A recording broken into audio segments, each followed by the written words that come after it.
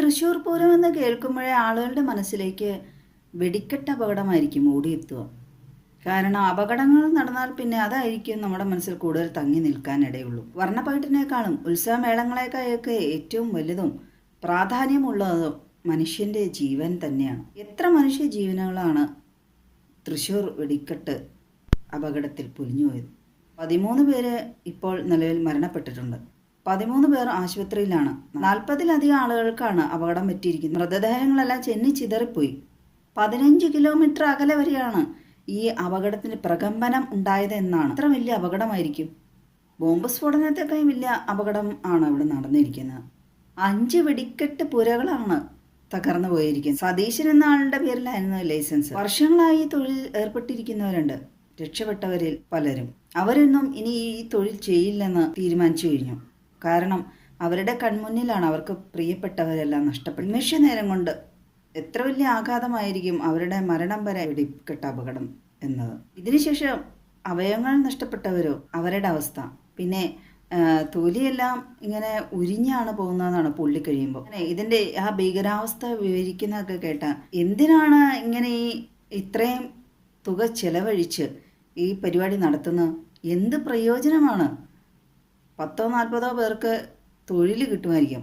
പക്ഷേ എത്ര പേരുടെ ജീവനാണ് അപകടത്തിലാവുന്നത്? ഈ പൊള്ളലൊക്കെ കാരണം എത്ര പേരുടെ ജീവിതങ്ങളാണ് തൊലഞ്ഞു പോകുന്നത്. എത്ര കോടികളായിരിക്കാം ഇതിന് ചിലവഴിക്കുന്നത്. എത്രയോ നിർധനരായവർക്ക് ഉപകാരപ്പെടും ഈ തുകയൊക്കെ. ഈ വെടിക്കെട്ട് എന്നൊക്കെ പറയുമ്പോൾ വലിയ പ്രയോജനമുള്ള കാര്യമായിട്ട് തോന്നിയിട്ടില്ല. വലിയ ആകാശവിസ്മയം എന്നൊക്കെ പറഞ്ഞ് ഇതിനെ വലിയ ഹൈപ്പ് കൊടുത്തൊക്കെ പറയണ കേൾക്കാം വാർത്തകളിലൊക്കെ. പക്ഷേ എത്ര ആളുകളുടെ കേൾവിശക്തിയൊക്കെ ആയിരിക്കാം ഇതുമൂലം നഷ്ടപ്പെട്ടിരിക്കുന്നത്. പിന്നെ ഗർഭം കലക്കിയട എന്നൊക്കെ വലിയ ഗൗരവത്തോടു കൂടി ചില സംഭവങ്ങളൊക്കെ പറയണ കേൾക്കാം വെടിക്കെട്ടിനേക്ക്. അതത്ര നല്ല കാര്യമായിട്ട് തോന്നിയിട്ടില്ല. ഇതുപോലെ തന്നെയാണ് വർഷങ്ങൾക്ക് മുമ്പ് കൊല്ലം പുറ്റിങ്ങലിൽ നടന്ന അപകടവും. 53 പേരുടെ ജീവനാണ് എടുത്തത്. 24-ാം തീയതി സാമ്പിൾ വെടിക്കെട്ട് നടത്താൻ വേണ്ടി ഇരുന്നതായിരുന്നു. പിന്നെ ചില ചാനലുകാരൊക്കെ കയറി ഇവർ ഈ പടക്കം നിർമ്മിക്കുന്ന എല്ലാം എടുത്തിട്ടുണ്ട് ഈ വെടിക്കെട്ട് ഉണ്ടാകുന്നതിന് മുമ്പ്. പടക്കത്തിന് ചില ഭാഗങ്ങളൊക്കെ ഉണങ്ങാനുള്ളതൊക്കെ വെയിലത്തിട്ട് ഉണക്കിക്കൊണ്ടിരുന്നപ്പോഴാണ് ഇതുപോലെ അപകടം ഉണ്ടായെന്നാണ്. ഈ പൊരിവെയിലത്ത് സ്ഫോടന ശക്തിയുള്ള സാധനങ്ങളൊക്കെ ഉണക്കാനിടുമ്പോൾ തീ പിടിച്ചില്ലെങ്കിലല്ലേ അത്ഭുതമുള്ളൂ. പണ്ടത്തെ പോലെയല്ല. ഇപ്പോഴത്തെ ചൂടെന്ന് പറഞ്ഞാൽ ചൂട് അധികരിച്ച് ചൂടാണ്, അത്യുഷ്ണമാണ്. അപകടത്തിൽ പരിക്കേറ്റവർക്ക് സൗജന്യ ചികിത്സയൊക്കെ പ്രഖ്യാപിച്ചിട്ടുണ്ട്. ഒരു 8-10 അമിട്ടുകൾ പൊട്ടിച്ചാൽ തന്നെ ഭയങ്കര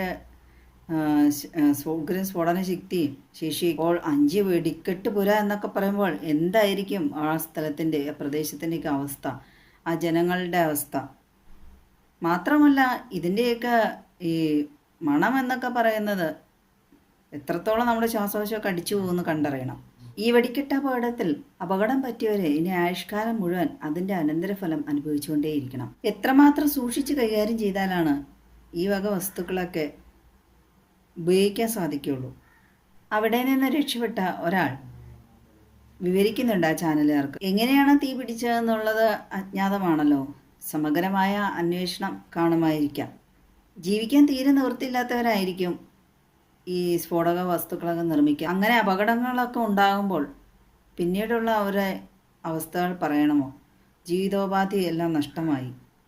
പിന്നീട് അവർക്ക് ആരും തൊഴിൽ കൊടുക്കണമെന്നില്ല. അവരുടെ ആരോഗ്യമെല്ലാം നഷ്ടപ്പെടും. ഇതുപോലെ അപകടങ്ങൾ ഉണ്ടാകുമ്പോൾ ചാനലുകാരൊക്കെ ഇതുപോലെ എരിച്ചു കയറി ചെല്ലുമ്പോൾ അവിടെ രക്ഷാപ്രവർത്തനത്തിന് തടസ്സം ഉണ്ടാകുകയില്ലേ? ഡോക്ടർമാർ താമസിച്ചാണ് എത്തിയത് എന്നൊക്കെ വാർത്തകളിൽ കണ്ടായിരുന്നു. തിരുവനന്തപുരത്തു നിന്നും കോട്ടയത്തു നിന്നും ഒക്കെയാണ് ഡോക്ടർമാർ അവിടെ എത്തിച്ചേർന്നത്. അതിന് സമയമെടുക്കുമായിരിക്കുമല്ലോ. ഇത്തരം അപകടങ്ങൾ വരാതെ ഇരിക്കാൻ ഇതൊക്കെ നിർത്തലാക്കുക എന്ന് പറയാൻ കഴിയുള്ളൂ. വെടിക്കെട്ട് എന്ന പേരിൽ ആകാശവിസ്മയം കണ്ടമാനം സൃഷ്ടിക്കുമ്പോഴാണല്ലോ ഇതുപോലെ കണ്ടമാനം വലിയ അപകടവും ഉണ്ടാവുന്നത്. മനുഷ്യജീവൻ തന്നെയാണ് വലുത്. പടക്ക നിർമ്മാണവുമായി ബന്ധപ്പെട്ട തൊഴിലല്ല വലുത്. അല്പനേരത്തെ നയന സുഖത്തിനു വേണ്ടി എത്ര പേരുടെ ജീവനാണ് പൊലിഞ്ഞു പോകുന്നത്. വെടിക്കെട്ട് എന്ന പേര് മനുഷ്യനിർമ്മിതമായ ഇത്തരം അപകടങ്ങൾ ഇല്ലാതെയാക്കുവാൻ മനുഷ്യൻ തന്നെ വിചാരിക്കണം.